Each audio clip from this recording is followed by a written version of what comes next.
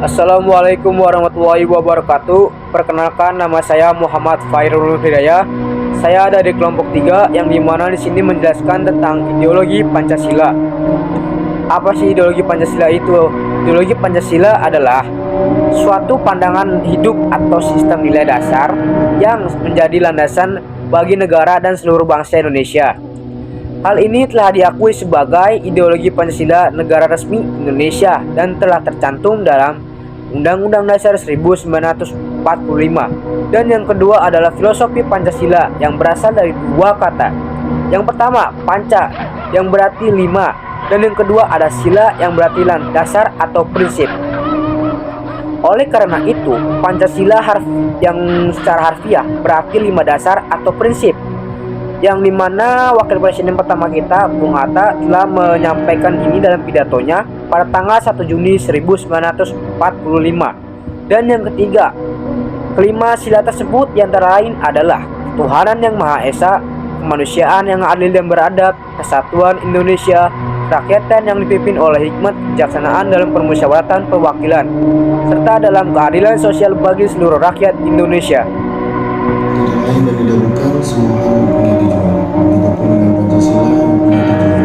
Yang pertama adalah mewujudkan kesejahteraan bagi seluruh rakyat Indonesia.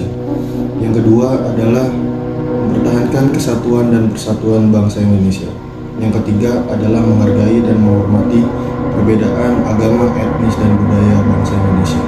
Yang keempat adalah menempatkan kesejahteraan rakyat sebagai prioritas utama. Yang kelima adalah menjamin kedaulatan bangsa Indonesia di segala aspek kehidupan. Yang keenam adalah menghormati harkat dan martabat manusia serta melindungi hak asasi manusia. Assalamualaikum warahmatullahi wabarakatuh. Perkenalkan, nama saya Diki Aditya Putranto dari kelompok 3. Di sini saya akan menjelaskan tentang makna ideologi Pancasila. Makna ideologi Pancasila itu ada 5. Yang pertama ada ketuhanan yang Maha Esa. Menegaskan kepercayaan kepada Tuhan yang Maha Esa, namun mencakup semua agama yang dianut oleh rakyat Indonesia. Yang kedua ada kemanusiaan yang adil dan beradab. Menegaskan pentingnya menghormati martabat dan hak asasi setiap manusia, serta mendorong sikap saling menghormati dan bertoleransi. Ketiga ada kesatuan Indonesia. Menegaskan pentingnya persatuan dan kesatuan Indonesia meskipun terdiri dari keragaman suku, agama, budaya, dan bahasa. Keempat ada kerakyatan yang dipimpin oleh hikmah kebijaksanaan dalam permusyawaratan perwakilan. Menegaskan prinsip demokrasi di mana keputusan penting diambil melalui musyawarah untuk mufakat atau perwakilan. Yang kelima ada keadilan sosial bagi seluruh rakyat Indonesia. Menegaskan pentingnya menciptakan kesetaraan dan keadilan sosial bagi seluruh rakyat Indonesia sehingga setiap individu dapat merasakan kesejahteraan dan kemajuan. Perkenalkan, nama saya Frijal Mandanabi. Di sini saya akan membacakan contoh penerapan ideologi Pancasila. Yang pertama, Pancasila sebagai dasar negara.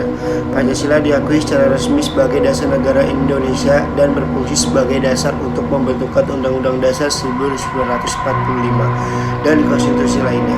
Ini mencakup semua aspek kehidupan politik dan hukum negara. 2. Pendidikan Pancasila.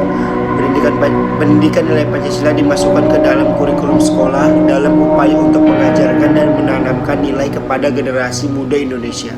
3. Toleransi beragama.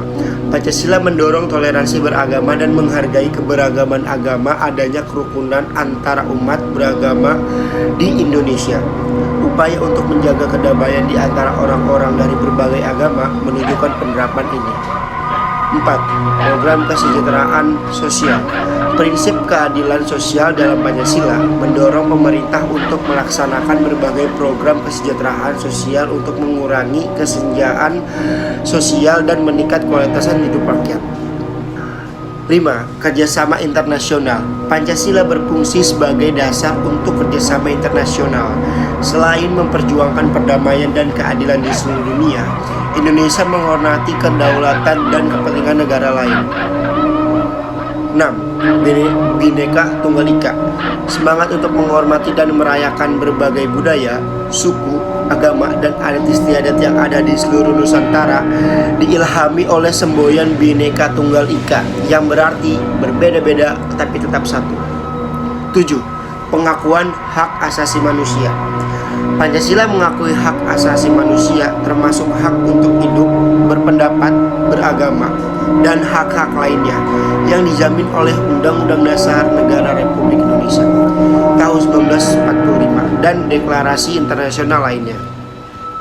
8. Kerakyatan yang dipimpin oleh hikmat kebijaksanaan.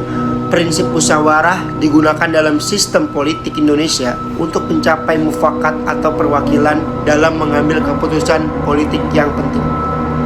Sekian dari saya. Assalamualaikum.